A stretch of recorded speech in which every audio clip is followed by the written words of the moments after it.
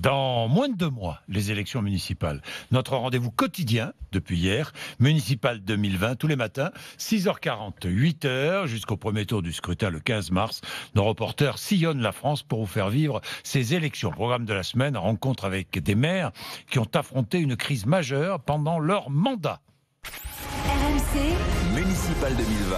Et ce matin, nos reporters sont retournés à Bessay-sur-Bray, dans la Sarthe, un an après la liquidation judiciaire du papetier Arjowiggins. 573 salariés licenciés, une catastrophe économique et sociale pour cette commune d'un peu plus de 2000 habitants. Mais le combat des ex-Arjo et du maire, Jacques Lacombe de l'UDI, n'est pas terminé. Reportage à Bessay-sur-Bray, dans la Sarthe. Juliette Drose et Benoît Vallée.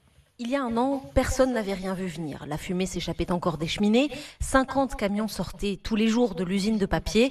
Jacques Lacoche était assis ici, dans son bureau, quand la nouvelle de la fermeture d'Arjowiggins est tombée. Tout de suite, c'est un coup de massue sur la tête, quoi. Une descente aux enfers. C'est la blessure, nous dit-il, la fêlure de son mandat.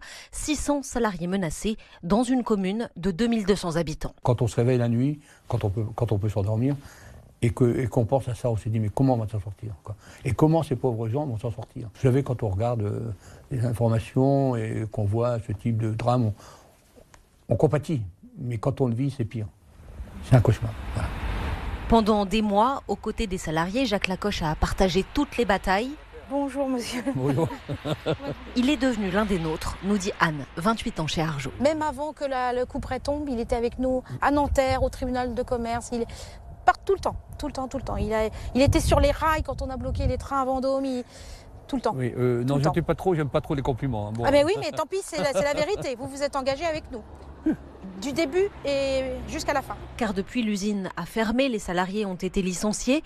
Mais preuve que le combat n'est pas terminé, les t-shirts de Philippe, Maude, Sébastien sont toujours suspendus sur des cordes à linge le long de la façade. C'est mon t-shirt, ça. Des femmes, des hommes à savoir-faire. Oui. Et là, tous mes collègues, 28 ans. Bah, ça fait mal, hein.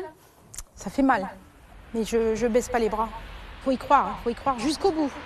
L'espoir, c'est ce projet porté par Anne et d'anciens salariés pour redémarrer les machines, fabriquer du papier écolo, mais il leur manque l'essentiel. On est angoissé puisque ce qu'on voudrait voir, c'est arriver encore une fois à repreneur avec des fonds, avec un minimum, un investissement, quoi. Parce que c'est ça le plus important.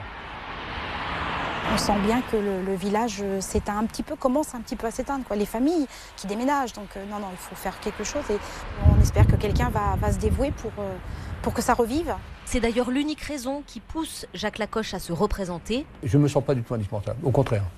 Mais je ne me sens pas non plus le droit de laisser le bâton au milieu du gué, quoi. On ne peut pas perdre espoir. Si on perd espoir, ça veut dire on baisse les bras. Et c'est pas dans ma nature. Ce que j'espère, et ce que je veux surtout, c'est que ça reparte, quoi. Aussi petit soit-il que ça reparte. Voilà. Impossible, nous dit cet homme de 73 ans, d'abandonner en cours de route ceux qui sont devenus, avec le temps, sa famille. C'est un hommage aux maires qui se battent pour aider leurs concitoyens, leurs administrés.